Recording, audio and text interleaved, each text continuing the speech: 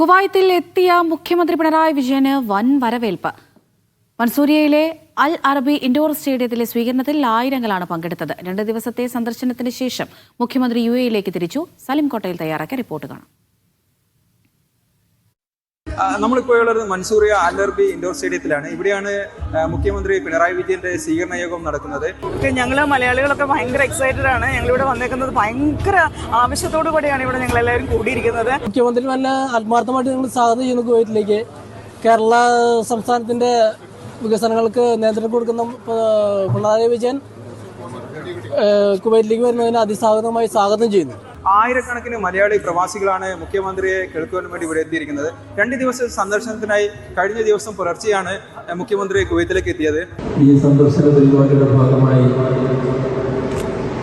പോയ ഇടങ്ങളിലെല്ലാം ഒന്നിനൊന്ന് മെച്ചപ്പെട്ട രീതിയിലുള്ള മലയാളി കൂട്ടായ്മയാണ് കാണാൻ കഴിയും.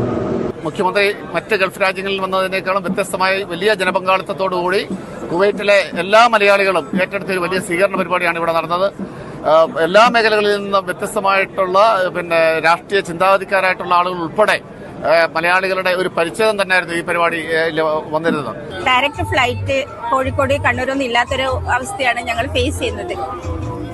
പിന്നെ ഇവിടെ വന്നു കഴിഞ്ഞിട്ട് മുഖ്യമന്ത്രിയായിട്ട് സംസാരിക്കാനുള്ള ഒരു അവസരം ഞങ്ങൾക്ക് കിട്ടാൻ സാധ്യതയില്ലെങ്കിലും ഇങ്ങനെയെങ്കിലും മീഡിയ വഴിയെങ്കിലും അദ്ദേഹത്തിന്റെ ശ്രദ്ധയിൽപ്പെടുത്താൻ ആഗ്രഹിക്കുന്നു. തുടർന്ന് കുവൈത്ത് ആഭ്യന്തരമന്ത്രിയുമായും ധനകാര്യമന്ത്രിയുമായും അദ്ദേഹം കൂടിക്കാഴ്ചകൾ നടത്തി.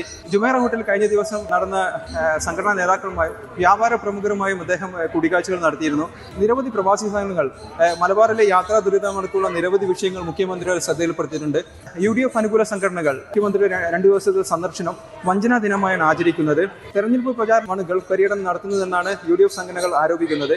ഞാനൊരു കോൺഗ്രസ് അനുഭാവിയാണ്.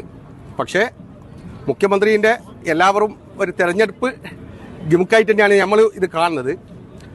പ്രവാസ ലോകത്ത് ധാരാളം പ്രശ്നങ്ങൾ അനുഭവിക്കുന്നുണ്ട് കുവൈത്ത് മലയാളീസ്, പ്രത്യേകിച്ച് വടക്കൻ മലബാറിലുള്ള ആൾക്കാർ. കണ്ണൂരിൽ നിന്നും കോഴിക്കോട് ഇപ്പോൾ ഫ്ലൈറ്റില്ല, എത്രയോ പ്രാവശ്യമായിട്ട് പറയുന്നു. KMCC, OICC പോലുള്ള UDF അനുകൂല സംഘടനകൾ അണികൾക്ക് വ്യക്തമായ പരിപാടിയിൽ പങ്കെടുക്കരുത് എന്ന് വ്യക്തമായ നിർദ്ദേശം നൽകിയതാണ് റിപ്പോർട്ടുകളുള്ളത്.